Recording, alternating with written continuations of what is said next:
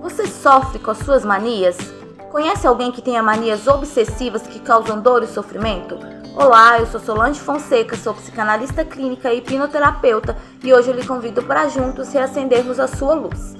Vamos falar basicamente hoje sobre a diferença entre simples mania e o transtorno obsessivo compulsivo, conhecido também como TOC, onde a mania deixa de ser simples mania e torna-se uma doença, uma patogenicidade.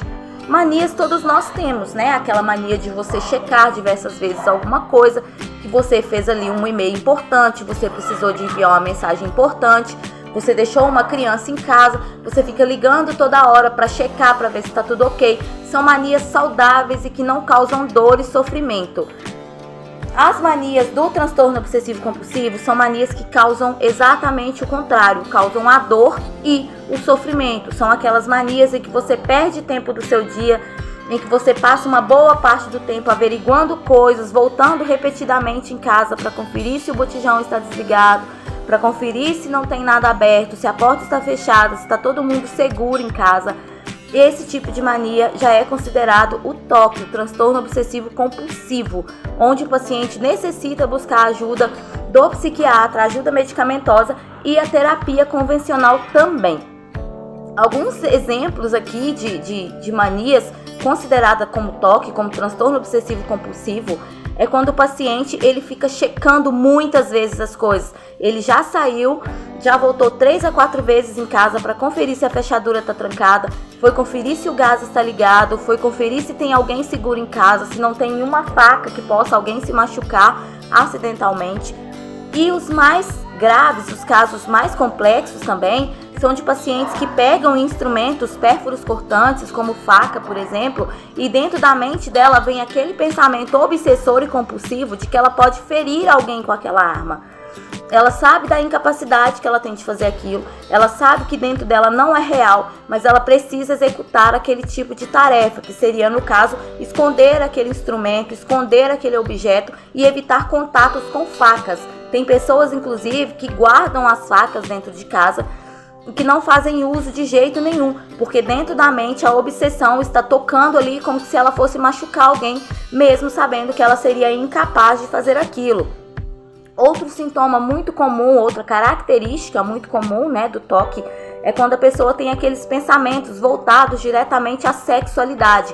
Eles pensam na mesma cena de sexo repetitivamente, inclusive quando está conversando com outra pessoa normalmente. Isso causa dor e sofrimento extremo, porque na maioria das vezes a pessoa pode acreditar que a outra pessoa irá perceber que aquilo está passando na mente dela. Ou ela fica orando o tempo inteiro, fazendo orações repetitivas dentro da mente o tempo inteiro e acreditando que a outra pessoa pode, por um momento ou outro, acabar percebendo aquilo que está ocorrendo ali com ela.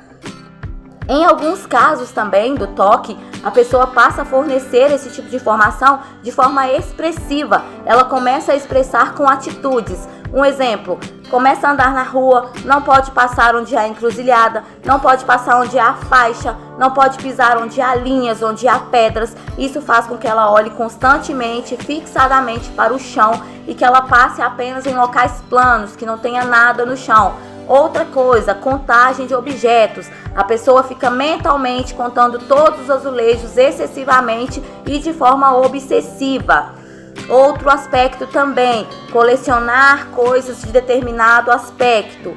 Ou até mesmo organizar coisas de maneira que ficam simetricamente corretas. Não pode estar nada fora do lugar. Tem pessoas que têm essa mania de deixar a casa limpa, de deixar a casa organizada, mas já no caso da doença do TOC, tem que ficar tudo exatamente naquele lugar, nada virado, nada de cabeça para baixo, tudo alinhado e simetricamente correto.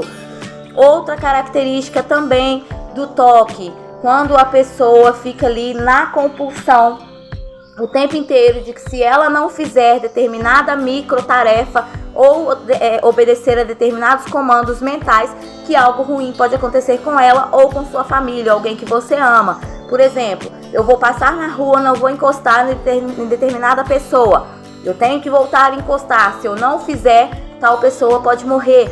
Não é como aquela brincadeirinha de criança, onde o chinelo não pode ficar virado, onde não se pode passar embaixo da escada. nada comparado a esse tipo de brincadeira que muitos de nós crescemos escutando. É algo mais complexo, que causa dor e comprovadamente muitos pacientes já perderam, mais de 1 hora por dia executando esse tipo de tarefas comandadas pela mente. Coisas que dentro dela elas sabem que não são reais, coisas que dentro dela elas sabem que se elas deixar de fazer nada vai acontecer, mas a obsessão é tão grande a ponto de a pessoa ter que executar essas nano e micro tarefas. O transtorno obsessivo compulsivo tem tratamento, tem cura, causa um sofrimento gigantesco na vida da pessoa.